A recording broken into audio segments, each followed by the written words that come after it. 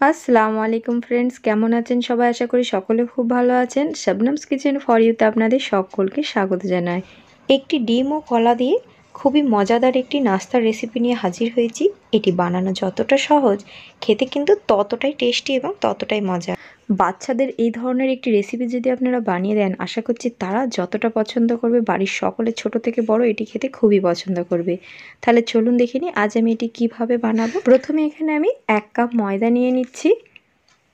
এবারে ময়দার মাঝখানটা একটু এইভাবে চারিদিকটা ছাড়িয়ে নিয়ে মাঝখানটা একটু ফাঁক করে এর মধ্যে দিয়ে দিচ্ছি আমি 1 টিস্পুন চিনি, আর দিয়ে দেবো এখানে স্বাদ মতো লবণ। লবণটা আমি খুবই কম পরিমাণে দিচ্ছি, খুব বেশি দিচ্ছি না এখানে। আর দিয়ে দিচ্ছি এখানে 2 টিস্পুন টক দই। এখানে এটা টক দই দেবেন, এতে করে রুটিটা যতটা সফট হবে খেতেও কিন্তু ততটাই মুচমুচে হবে। আর এরই মধ্যে অ্যাড করে দেব 1/2 চামচ বেকিং পাউডার। এবারে বেকিং পাউডারটা যখনই দেবেন দেখবেন এটার সাথে খুব ভালোভাবে দইয়ের সাথে এটা অ্যাক্টিভ হয়ে যাবে এবং দইটাও একটু ফুলে উঠবে। তো যতক্ষণ এই প্রসেসটা হবে এটাকে খুব ভালোভাবে মিশিয়ে নেব এইভাবে করে। এবারে সব কিছুর সাথে ময়দার সাথে পুরো দইটাকে ভালোভাবে মাখিয়ে নেব। আর এর মধ্যে কিছুটা পরিমাণ আমি দিয়ে দিচ্ছি সাদা তেল। আমি এখানে 4 থেকে 5 টিস্পুন সাদা তেল অ্যাড করে নিয়েছি। এবারে সব কিছুর সাথে খুব ভালো করে এটাকে হাতে করে ময়াম দিতে হবে। এটাকে খুব ভালো করে ময়াম দেবো। যত ভালো করে এটা ময়াম দেবেন এটি প্রচণ্ড সফট হবে এবং খাস্তাও হবে খেতে এটি। এবারে দেখুন আমি এখানে অল্প অল্প জল অ্যাড করছি। জলটা অ্যাড করে এটাকে ভালো করে মেখে নেব। এখানে অল্প অল্প জল দিয়ে আমি ডোটাকে ভালো করে মেখে নেব। আশা করছি দেখে বুঝতে পারছেন ডোটা আমি কেমন রেখেছি। এখানে খুব একটা শক্ত করিনি, একটু নরম নরমই রেখেছি। এটা কিছুক্ষণ এইভাবে মেখে নেওয়ার পর আমি এর মধ্যে অ্যাড করে দিচ্ছি সামান্য একটু অয়েল। এবারে এটাকেও অয়েলের সাথে ভালো করে একটু কিছুক্ষণ এইভাবে মেখে নেব। এটা যত ভালো করে এইভাবে মাখবেন পরোটাটাও কিন্তু খুবই নরম হবে। তো এইভাবে হাতের সাহায্যে খুব ভালো করে ডলে ডলে আমি এটাকে মেখে নিয়েছি। এবারে এটাকে একটু রাউন্ড করে নেব। রাউন্ড করে নিয়ে এটাকে কিছুক্ষণ রেস্টের জন্য রাখবো। আর ওপর থেকে কিছুটা তেল এখানে অ্যাড করে নিচ্ছি। এটাকে ঢাকা দিয়ে আমি আধ ঘন্টা থেকে 40 মিনিট রেখে দেব। এখানে দেখুন 40 মিনিট হয়ে গেছে। তো এটা খুব ভালোভাবে ভিজে গেছে, আরও ভালোভাবে এটা সেট হয়ে গেছে। তো এটাকে আবার একটু ভালো করে হাতে করে একটু মেখে নিচ্ছি। যখন এইভাবে কিছুক্ষণ একটু মাখা হয়ে যাবে এবারে এটাকে আমি 3টে ভাগে ভাগ করে নেব। তো এটাকে আমি যেভাবে মেখেছি এটা যত বড় করবেন ততটাই বেড়ে যাবে, একটু ছিঁড়েও যাবে না, কিচ্ছু হবে না। তো দেখুন আমি এইভাবে করে রাউন্ড করে নিলাম। এই 3টেকে এইভাবে করে রাউন্ড করে নিয়ে আবারও আমি এখানে কিছুটা তেল এর মধ্যে অ্যাড করে নিচ্ছি। এবারে খুব ভালো করে তেলটা উপরে মাখিয়ে দিয়ে আমি এটাকে 10 মিনিটের জন্য রেখে দেব। এবারে দেখুন আমি এখানে নিয়েছি 2টো কলা। এই কলাগুলোকে ছাড়িয়ে নেব। প্রথমে 2টো কলা ছাড়ানো হয়ে যাওয়ার পর এগুলোকে একটু স্লাইস করে কেটে নেব। তো আমি কেটে নেওয়াটাও দেখাচ্ছি এখানে কিভাবে এটা আমি কেটে নিচ্ছি। আশা করছি আপনারা দেখে বুঝতেই পাচ্ছেন আমি কিভাবে এটা কেটে নিলাম। তো এটা কাটা হয়ে গেছে একটা কলা। তো এইভাবে আমি 2টো কলাকেই স্লাইস করে কেটে নিয়েছি। এখানে খুব একটা মোটা করিনি, একটু পাতলা পাতলাই কেটে নিয়েছি। এবারে এখানে একটা বোলের মধ্যে নিয়ে নিচ্ছি একটা ডিম। এখানে একটা পরোটার ক্ষেত্রে আমি একটা করে ডিম ইউজ করব। তো এখানে ডিমের মধ্যে দিচ্ছি স্বাদ মতো লবণ। এটাকে দিয়ে খুব ভালোভাবে ফাটিয়ে নেব। এটা যখন ফাটানো হয়ে যাবে এই 2টো কলা থেকে কিছুটা পরিমাণ কলা আমি এই ডিমের সাথে মিশিয়ে নেব।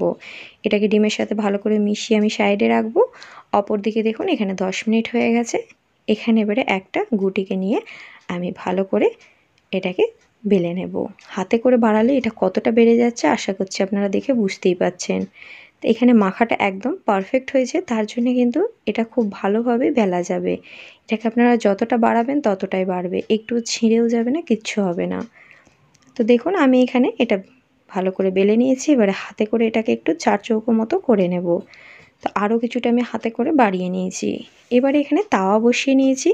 তাওয়াটা হয়ে গেছে আমার একটু ছোট, আপনাদের কাছে যদি বড় তাওয়া থাকে অবশ্যই এখানে বড় তাওয়াটা নেবেন।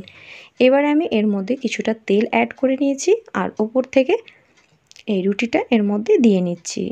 তো এখানে 4 চৌকো মতো করে আমি দিয়েছি। তো একটু যখন নিচেটা সেঁকা হয়ে যাবে আমি এর মধ্যে অ্যাড করে দেব ডিমটা আর কলাটা। ডিমটা আর কলাটা দেওয়ার পরে এখানে কলাটা মাঝখানে চারিদিকটা একটু চাড়িয়ে নেব। আর ডিমটা যে ওইদিকে চলে গেছে সেটা একটু চামচের সাহায্যে দিকটা একটু সরিয়ে নিলেই ওটা অ্যাডজাস্ট হয়ে যাবে। এবারে একটা কোণ দিয়ে আমি টেনে একটু এদিকে মাঝখানটায় দিয়ে নিচ্ছি, দুদিকে দুটো কোণ টেনে নিয়েছি এবং এটা রুমালের মতো ভাঁজ করে নিতে হবে। ঠিক 4 চৌকো ভাঁজ হবে, ঠিক সেরকম ভাঁজ করে নেব এটা আমি। দেখুন এখানে এটা আমি 4 চৌকো করে ভাঁজ করে নিয়েছি। এবারে এর মধ্যে একদম অল্প পরিমাণ তেল অ্যাড করব। এটা আমি কিন্তু খুব একটা ছাঁকা তেলে ভাজছি না, যেমন মোগলাই পরোটা যে ছাঁকা তেলে একটু ভাজি, কিন্তু সেরকম ভাজার দরকার নেই। এখানে অল্প অল্প তেল দিয়ে আমি এটা ভেজে নিচ্ছি। এক পিঠটা যখন খুব ভালো করে ভাজা হয়ে যাবে এটাকে আমি পাল্টে নেব। এটা পাল্টে নিয়ে ঠিক নিচের দিকটাও একটু সময় নিয়ে ভেজে নেব, এতে করে সবটাই খুব ভালোভাবে কুক হয়ে যাবে। দেখুন এটাকে আমি আবারও পাল্টে নিচ্ছি, এদিকটা খুব ভালো করে সেঁকা হয়ে গেছে। এবারে সেঁকতে সেঁকতে দেখবেন এটা একটু ফুলে ফুলে উঠবে, তাহলে জানবেন এটা একদম পারফেক্ট ডোটা কিন্তু এখানে আমাদের রেডি হয়েছে। দেখুন কত সুন্দর এটা ফুলে উঠছে এবং ভেতরটাও কিন্তু কলাটা এবং ডিমটাও খুব ভালোভাবে কুক হয়ে যাবে। এখানে যখন উল্টে পাল্টে আমার সেঁকা হয়ে যাবে, ঠিক ধারগুলোকেও আমি এইভাবে দুটো খুন্তির সাহায্যে খুব ভালোভাবে সেঁকে নেব, যাতে করে ধারগুলোও খুব ভালোভাবে এখানে কুক হয়ে যায় আর খেতেও কিন্তু খুবই ভালো লাগবে। আশা করছি দেখে বুঝতে পারছেন। তো এখানে দেখুন আমার খুব ভালো করে এটা সেঁকে নেওয়া হয়ে গেছে। এবারে এটাকে আমি একটা প্লেটের মধ্যে তুলে নেব। এইভাবে এখানে আগে তুলে নিচ্ছি আমি এখানে। এবারে আমি এটাকে পিস করে নেব, মাঝখান দিয়ে এভাবে একটা টুকরো করে নিচ্ছি আর এটা ওপরে রেখে আরও 3টে টুকরো করে নেব। টোটাল 4টে এখানে টুকরো হয়ে যাবে। তো দেখলেন তো বন্ধুরা কতটা সহজে একটা ঝটপট মজাদার কিন্তু একটা নাস্তা আপনারা রেডি করে নিতে পারবেন। বাচ্চাদের এই ধরনের নাস্তা যদি আপনারা একবার দেন তারা তো চেটে পুটে খাবে, আবারও এই ধরনের খাবার খাওয়ার জন্য আপনাদের কাছে অনুরোধ করবে। ওপর থেকে দিয়ে দিচ্ছি কিছুটা কনডেন্স মিল্ক। কনডেন্স মিল্কটা এইভাবে দিয়ে নেওয়ার পর ওপর থেকে দিয়ে নেব এখানে চকলেট সিরাপ। এতে করে দুটোই যখন দেবেন খেতে খুবই ভালো লাগবে পরোটার সাথে। আর ওপর থেকে কিছু চকো চিপস অ্যাড করে দিচ্ছি, এখানে হোয়াইট চকো চিপস এবং ব্ল্যাক চকো চিপস দুটোই এখানে দেব। গরম গরম অবস্থায় দেবেন, যখন এটা খাবেন অনেকটা একটু গলে গলে আসবে, খেতে কিন্তু খুবই ভালো লাগবে। এই ডিম ও কলা দিয়ে মোগলাই পরোটাটি একবার বানান, আশা করছি বাড়ির ছোট থেকে বড় সকলে খুবই পছন্দ করবে। আশা করছি আজকের আমার রেসিপি আপনাদের ভালো লেগেছে। যদি ভালো লেগে থাকে অবশ্যই একটা লাইক শেয়ার কমেন্ট করতে কিন্তু একদম ভুলবেন না। দেখুন ভেতরটা কতটা সুন্দর কুক হয়েছে এবং কতটা সফট হয়েছে, আশা করছি আপনারা দেখে বুঝতেই পাচ্ছেন। এবং কলাটাও ভেতরে খুব ভালোভাবে কুক হয়ে গেছে। তাহলে আজকের মতো আসি বন্ধুরা, নেক্সট কিছু মজাদার রেসিপি নিয়ে আবারও হাজির হয়ে যাব ইনশাআল্লাহ। আল্লাহ হাফেজ।